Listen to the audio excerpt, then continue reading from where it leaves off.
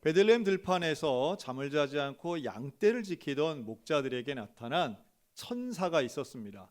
천사를 보고 목자들이 막 두려워하고 무서워할 때에 무서워하지 말아라. 온 백성에게 미칠 큰 기쁨의 좋은 소식을 전하러 왔다. 이렇게 설명을 해요. 상당히 이례적인 겁니다.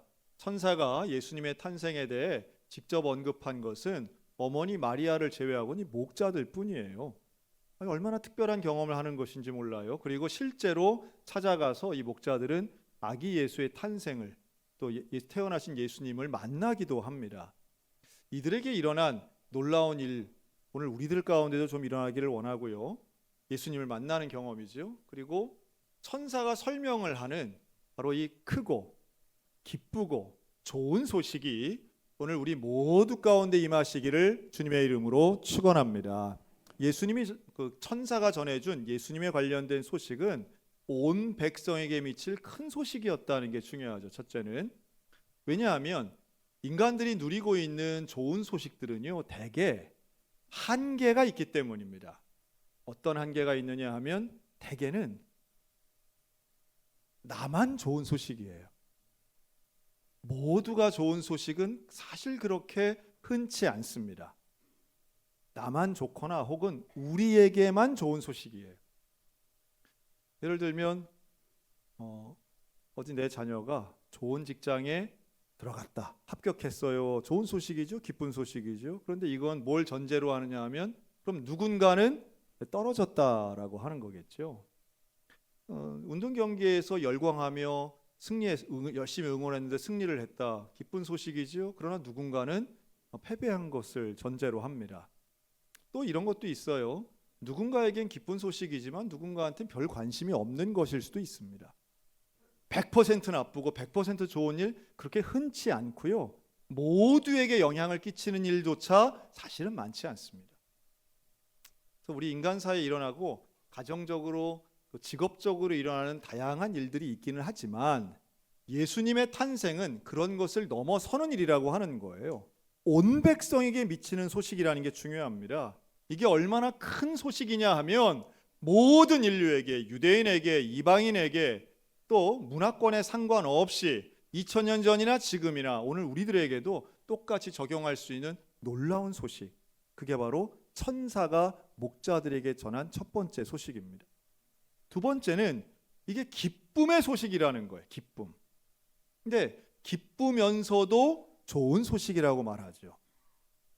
우리는 기쁨에 대해 관심 많죠. 기뻐하는 거는 뭐 나쁜 건 아닌데요. 그래서 제가 조금 깊이 한번 생각해 보면 기쁜 것이 꼭 좋은 것인가라고 하는 것은 생각해 볼 필요가 있습니다. 그렇죠? 기쁨은 감정적인 것이고요. 좋은 것은 올바른 판단, 물론 여기엔 윤리나 도덕도 들어갈 수 있겠지만 변함없는 가치가 들어가 있습니다. 그래서 내가 기쁘다고 해서 그게 꼭 가치 있는 일인가 라고 하는 것은 다를 수 있어요. 예를 들면 이런 겁니다. 인간은요 신기하게도 기쁜 감정을 갖는데 물리적으로도 할 수 있습니다. 대표적인 게 약물을 통해서 우리는 기쁜 감정을 가질 수 있어요. 예를 들면 마약 같은 것들이죠. 여러분 마약은 인간을 마음을 평안하게도 하고요, 또 흥분되게도 하고 과도한 용기를 주기도 한답니다. 아마 여기 오신 분들 중에 뭐 수면 내시경 이런 거 대부분 하신 분들은 거의 경험하셨을 마약 하나, 마약이라기보단 마약류 주사를 얘기한다면 흰색을 띠고 있기 때문에 우유 주사라고도 하는 프로포폴이 있습니다. 일종의 마취제인데요. 그걸 맞으면 부작용 없이 한숨 잘 자고 일어나는 효과가 있습니다. 그렇죠? 아마 건강 진단이나 이런 걸 검사를 하시면서 경험하신 분들 있을 거예요. 저 프로포폴은 또 다른 의미에서는 과용하고 남용하면 이게 결국은 불법이 되지 않습니까? 그런데 왜 그걸 계속 맞을까요? 잠을 잘 자기 때문이에요. 여러분 잠 잘 자고 일어나면 기분이 어때요? 기분이 좋아요. 기분이 좋아요. 잠을 못 주무시는 분들 참 많습니다.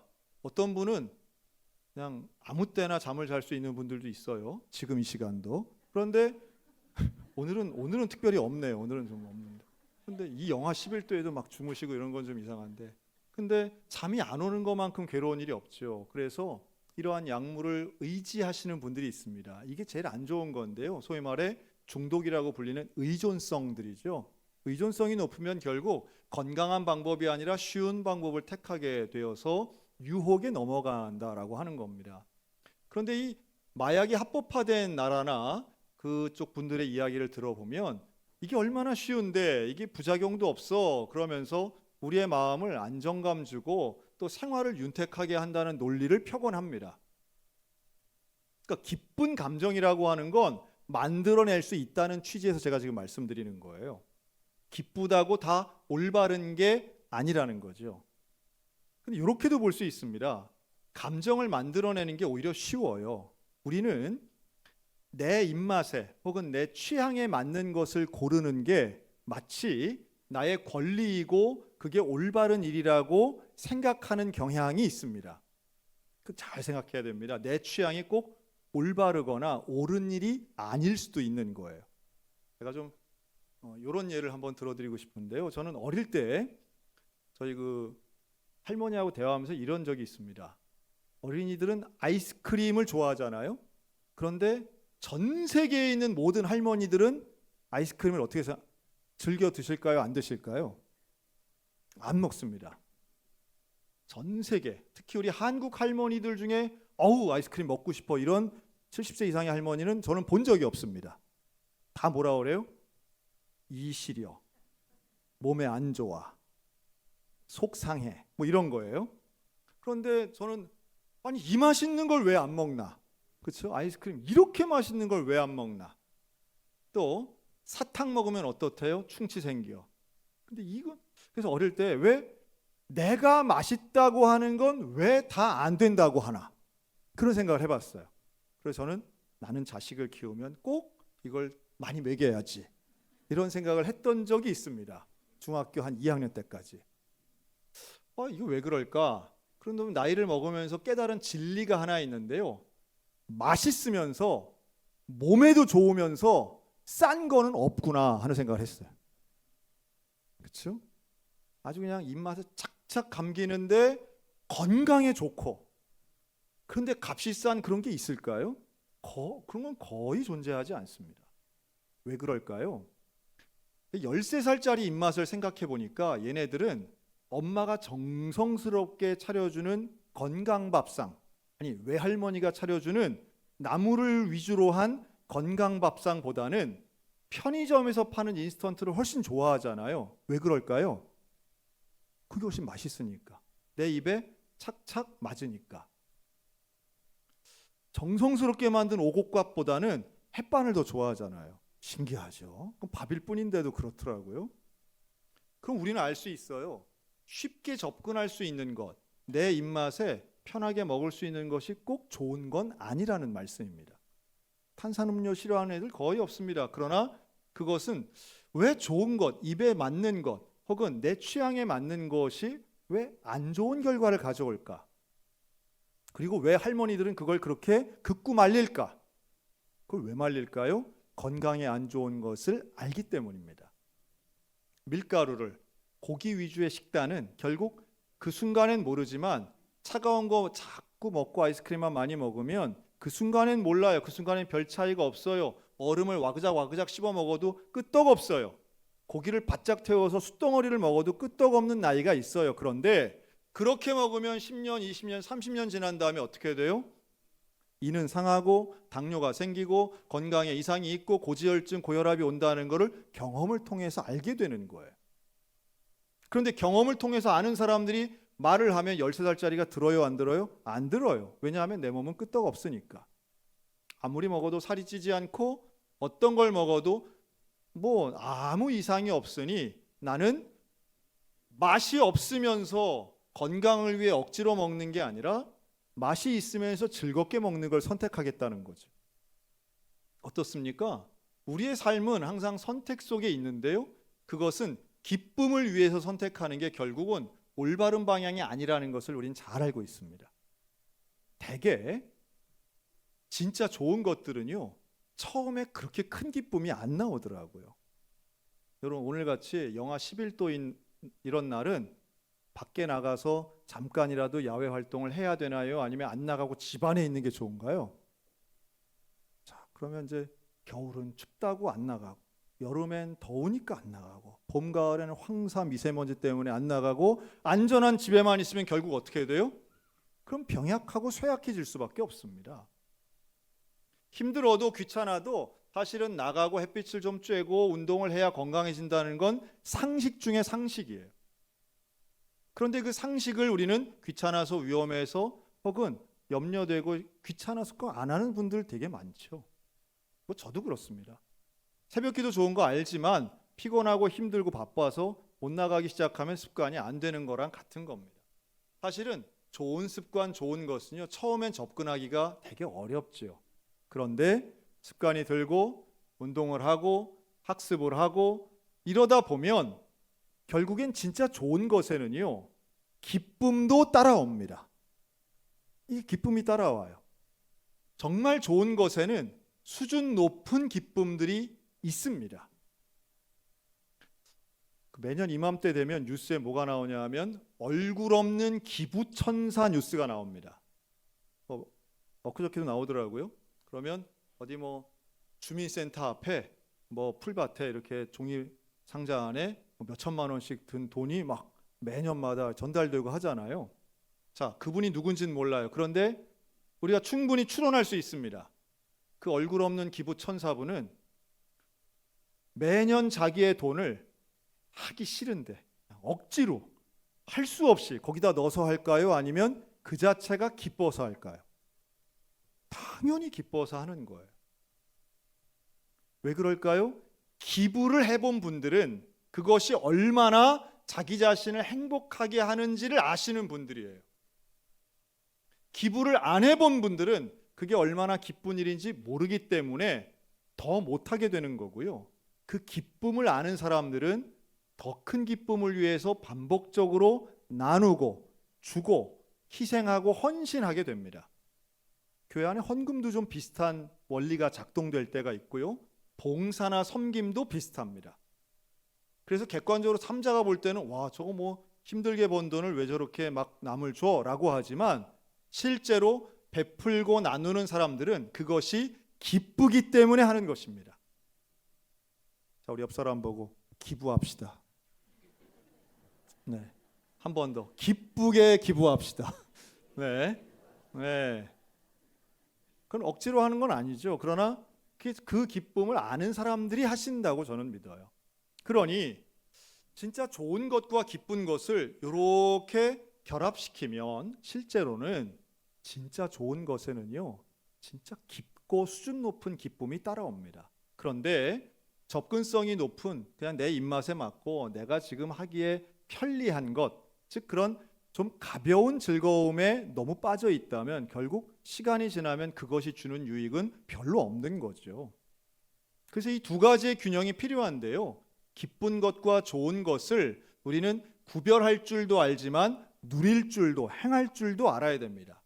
판단력도 있어야 하지만 실행력이 필요한 부분입니다. 근데 이 모든 것이 사실은 가장 좋고 가장 큰 기쁨은 대개 어디서 나오냐 하면 사람과의 관계에서 대개 나옵니다. 혼자 있을 때 어떤 의미 있는 일 하기는 그렇게 쉽지 않죠. 남과의 관계, 조금 전에 말씀드린 것처럼 다른 사람을 돕든지 최선을 다해서 행하든지 그때에 모든 인류가 보편적으로 공유할 수 있는 가장 높은 수준의 좋은 것과 우리가 누릴 수 있는 가장 좋은 기쁨도 동시에 가질 수 있는 겁니다. 천사들이 이제 그 얘기를 하는 거예요. 가장 큰 온 백성에게 미치는 가장 큰 기쁘고 좋은 소식을 전한다고 하지 않습니까? 그런데 이 전파되는 이 장소가 어디였냐 하면 베들레헴 들판이에요. 지금도 이 베들레헴 가면 이 들판에 있는 목자 기념 교회가 있습니다. 가보면 아무것도 없어요. 그냥 들판이에요. 근데 여기에서 목자들은 밤에 천사를 만나는데 밤에 잠 안 자고 뭐 한 거예요? 양떼를 돌본 겁니다. 자, 밤에 목자들이 양떼를 돌봐요. 그러면 목자들은 언제 잘까요? 목자들은 잠을 언제 잘까요? 그럼 밤에 지켰으니까 낮에 자나요? 그럼 목자들은 낮잠을 자는 사람일까요? 그렇지 않습니다. 언젠가 잠을 자기는 해야 될 텐데, 그렇다고 해서 목자들 복수니까 뭐 주간조 야간조가 따로 있나요? 그렇지 않아요. 목자들은 자기가 돌보는 양들이 따로 있기 때문에 순번전을 정해서 불침번 서는 그런 제도가 아니에요. 그럼 목자들은 어떻게 하나요? 목자들은 밤에도 깨어 있고 낮에도 깨어 있어야 됩니다. 양들을 위해서. 출퇴근 개념도 아닙니다. 뭐 아침에 양들 데리고 나왔다가 밤에 들어가서 우리에 넣어, 그렇지 않아요. 이때 당시의 목자들은, 이 베두인 목자들은 한 번 데리고 나오면 몇 달을 있는 거예요. 광야에서 벌판에서.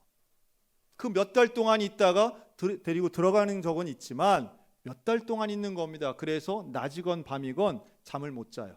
그래서 미드러시에 보면 이 목자들을 뭐라고 표현하느냐 하면 한쪽 눈과 한쪽 귀만 닫고 자는 사람이라고 표현합니다. 한쪽 눈 한쪽 귀는 뜨고 있는 거예요. 낮에도 밤에도. 그러니 피곤하죠. 쉽지 않은 일이에요. 언제나 피곤하고 언제나 잠이 부족합니다. 근데 그러면서도 양들의 상태를 돌보는 게 바로 목자들이에요. 저는 이게 뭐랑 좀 비슷한가? 우리가 평생 하는 일 중에 이렇게 목자처럼 잠 안 자고 양 돌보는 일이 뭐가 있을까라고 생각하니까 어린 아이를 키우는 부모 같은 거예요. 2달짜리, 석 달짜리 아기를 키울 때를 한번 생각해 보세요. 밤에 잠 못 자잖아요. 그래서 한 2개월, 3개월짜리 그 신생아를 키우는 엄마들의 모습은 그냥 거짓골입니다. 그냥 거짓골. 그래서 이 엄마들의 소원이 뭔지 아세요? 심심해지는 거, 혼자 있는 거, 이게 소원이잖아요. 그냥 외로웠고 싶은 거, 막 이런 거 있잖아요. 외롭고 싶은 거. 아무도 없는데 나 혼자가 있고 싶은. 그만큼 피곤한 거죠. 힘든 거죠. 아이를 키운다는 건, 특별히 그 어린 아이를 키운다는 건 보통 일이 아닙니다. 그러면서 계속 살펴야 되죠. 아이가 울어요. 어디가 아픈지도 잘 몰라요. 뭘 원하는지 잘 몰라요. 답답한 마음이지만 알아내야 돼요. 해결해야 돼요. 목자가 그런 거예요. 양에게 이상이 생긴 것 같은데 알아내야 되는 거예요. 양의 필요를 채우고 양의 위험을 감지해서 안전을 담보해 줘야 돼요. 부모의 마음을 갖고 돌보는 거죠. 고생하는 일이고 힘든 일입니다. 그런데 그 성실하게 목자 일을 감당해요. 근데 그럼에도 불구하고 목자들은 경제적으로 부유한 사람들이 아니었어요. 사회적으로도 신분이 높은 사람들이 아니죠. 인정받지 못했어요. 이 목자들이 인정받지 못한 또 하나의 이유가 있는데, 자, 제가 중요한 퀴즈 하나 내겠습니다. 목자들은 안식일 날 쉬었을까요? 안 쉬었을까요? 쉴 수가 없는 거죠. 누가 대체 인력이 있는 게 아니에요. 이 목자들은 안식일 율법을 지킬 수 없는 사람들이었어요. 당연히 그렇죠. 아니 무슨 늑대나 이리가 안식일이라고 안 들어와요? 그렇지 않잖아요. 동물과, 야생 동물과의 적대적 관계에 있는 목자는 안식일도 없는 거예요. 그것의 이면에는 뭐가 있느냐 하면 목자들은 율법을 지키지 못하는 죄인 의식이 있습니다. 사람들은 목자의 어려운 일, 힘든 일에 방점이 있는 게 아니라 율법을 지키지 못하고 지저분하고 더러운 그런 사람들로 목자들을 치부하기 일쑤였어요. 그러니 목자들의 삶이라고 하는 건 힘들고 피곤하면서도 항상 깨어 있어야 되고 사회적으로 인정받지도 못하고 경제적으로 시간적으로도 여유가 없는 바로 그런 험악한 인생을 살던 사람들이었습니다. 아마 그쯤 되면 나랑 좀 비슷한데 하시는 분들도 있을 거예요. 매일마다 최선을 다해서 일하고 힘들고 지치게 살지만 누구에게 자랑할 만한 것도 아니고 여유가 생긴 것도 아니고 뭔가 눈에 보이는 괄목할 만한 성장이 있는 것도 아닌 인생들. 그럼에도 불구하고 성실하게 그 밤을 지키며 양들을 지키던 목자에게 천사가 찾아왔다는 거예요. 그리고 놀랍게도 그 천사가 전한 소식은 크고 기쁘고 좋은 소식이었다는 거예요. 여러분 오늘 인생에 지치고 인생길 가운데 날마다 힘들고 나도 좀 이 생활에서 벗어나고 싶어 라고 생각하는 그런 인생들이 있으시다면 오늘 천사가 전하는 큰 기쁨의 좋은 소식에 귀를 기울이시기를 주의 이름으로 권면합니다. 천사가 찾아와서 다른 사람을 찾아간 게 아니죠. 왕궁을 찾아간 것도 아니고 귀족을 찾아간 것도 아니에요. 바로 우리와 같은 보편적이고 평범한 인생, 어떤 면에서는 남들에게 소외당하고 힘들게 살아가는 그 인생 가운데 천사가 찾아와서 가장 크고 가장 기쁘고 가장 올바르고 좋은 소식을 전하고 있습니다. 저는 보편적 인류에게 가장 필요한 소식이 무엇일까? 라고 생각하면 역설적이게도 이 베들레헴에서 한번 찾아봤어요. 2000년 전 그 베들레헴 벌판에서 천사를 만났던 그 목자와 천사가 만났던 그곳, 여러분 지금은 어떤 모습일까요? 지금 베들레헴에 가면 보면서도 믿을 수 없는 광경을 대합니다. 전 세계 어디서도 볼 수 없는 광경인데 그건 바로 분리장벽 장면입니다. 분리장벽. 지금 이스라엘이 하마스와 전쟁을 하고 있죠. 그런데 바로 이 팔레스타인 사람들이 살고 있는 가자지구 서안지구를 분리하는, 유대인들의 지역과 분리하는 담장을 쌓아놨어요. 높이가 8m입니다. 8m. 우리 지금 이 본당 높이보다 훨씬 높습니다. 길이가 750km가 넘어요. 그 장면을 보면 압도됩니다. 무슨 SF 영화를 보는 것 같아요. 너무도 비현실적이기 때문에 저게 진짜인가 싶은 생각이 듭니다. 21세기 전 세계에서 가장 큰 감옥이라고 불리는 분리장벽입니다. 지금은 조금 더 긴 것이 미국과 멕시코 국경 사이에 세워지긴 했지만 이 분리장벽은 콘크리트로 만들고 빈틈이 없고 높이가 훨씬 높기 때문에 압도감이 더 큽니다. 그 분리장벽은 한마디로 얘기하면 하마스 답답했겠구나, 팔레스타인 사람은 참 답답했겠구나 라고 하는 일종의 반대 공감력을 불러일으킵니다. 그리고 누가 뭐라 해도 우리 사람들에게, 인간에게 정말 필요한 것은 평화구나 라고 하는 생각을 갖게 돼요. 평화구나. 얼마나 위험하고 여전히 수많은 나라들은 전쟁 중이고 그토록 모든 사람들이 평화를 원하지만 어느 때보다도 평화가 유지되지 않고 있는 게 아직도 2024년 12월의 우리들의 모습이죠. 우리도 마찬가지입니다. 탄핵 소추안이 가결되어서 한 치 앞을 알 수 없는 안개 전국 속에 우리는 여전히 살고 있습니다. 그렇기 때문에 오늘 저와 여러분에게는, 또 모든 이 지구상에 살고 있는 인류에게는 여전히 크고 기쁘고 좋은 소식이 필요합니다. 여러분, 사람들 중에, 인간 중에 그 누구도 이 놀라운 크고 기쁘고 좋은 소식, 즉 복음이 필요한 사람은 단 한 명도 없는 줄로 믿습니다. 이 복음의 소식이야말로 성탄절이 우리에게 주시는 메시지이고 오늘 저와 여러분이 기다리고 있는 소식이며, 이 복음의 메시지는 앞으로도 여전히 우리 인류에게는 꼭 필요한 메시지입니다. 여러분, 이 소식을 믿으시기 바랍니다. 예수님이 이 땅에 오신 것은 우리를 구원하시기 위해서입니다. 그리고 평화를 주시기 위해서입니다. 하나님과 인간 사이의 평화, 인간과 인간 사이의 진정한 평화를 만드는 건 인간이 할 수 있는 게 아닌 바로 십자가상에 달리신 예수 그리스도의 은혜를 통해서만 가능한 것이죠.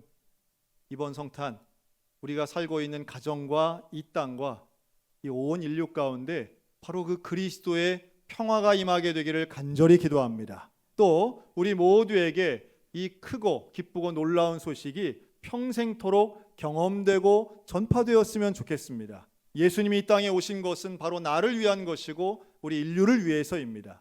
그리고 이 소식이야말로 2000년 전뿐만 아니라 오늘 우리들에게도 똑같이 적용되는 가장 귀한 소식이죠.